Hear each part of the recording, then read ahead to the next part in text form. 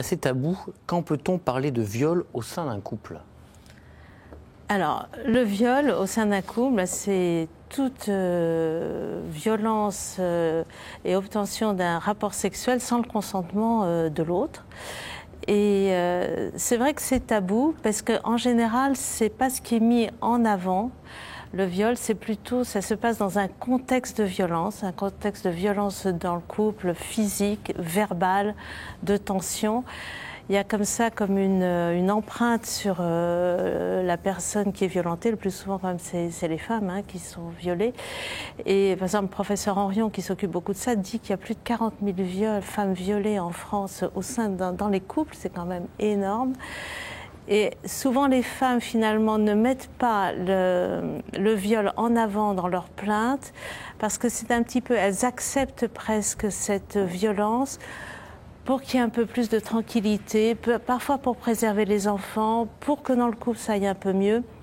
Et il faut vraiment un cheminement pour arriver à parler du viol qui est punible, qui est un crime, qui est tout à fait tombe sur le coup de la loi. Mais souvent, c'est les violences physiques qui vont amener à pouvoir parler du viol. Et le viol, dans le couple, c'est pas uniquement le rapport sexuel. Ça peut être aussi tout ce qu'on impose. Ça peut être le harcèlement. Ça peut être obligé à, je sais pas quoi, de regarder des films porno si elles n'ont pas envie, de faire des choses dont elles n'ont pas envie. Voilà, c'est tout ça qui entre dans ce contexte de violence.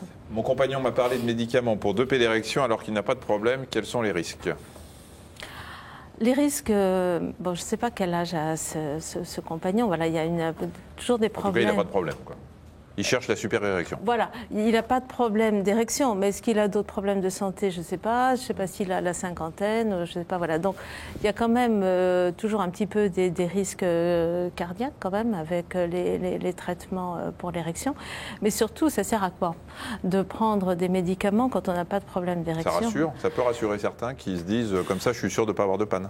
Ça peut rassurer, ça peut être parfois pour être dans une espèce de performance parce qu'on est dans quelque chose où on décrit une sexualité où l'homme est toujours là, avec toujours une érection, prêt. Voilà. Ouais. Et bon, ça ne sert pas à grand-chose, parce que la femme, c'est pas ça ce qu'elle attend. Si on pense que la sexualité, c'est une rencontre avec l'autre, eh ben, c'est pas que monsieur ait une érection 10 fois par jour qui est intéressant pour la femme, c'est plutôt ce qui se passe entre eux, voilà. Donc, je vois pas trop... Mais il y a des hommes qui sont en demande de ça, même des jeunes, même des jeunes de 25-30 ans qui n'ont pas de trouble érectile et qui se disent, tiens, mais parce qu'ils ont vu tous ces films pornographiques où les hommes alignent les rapports sexuels les uns derrière les autres et eux, ils ont envie d'être dans cette performance-là.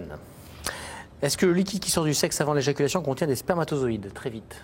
Alors, le liquide qui sort du sexe, c'est les glandes de Cooper, la prostate qui forment ce liquide.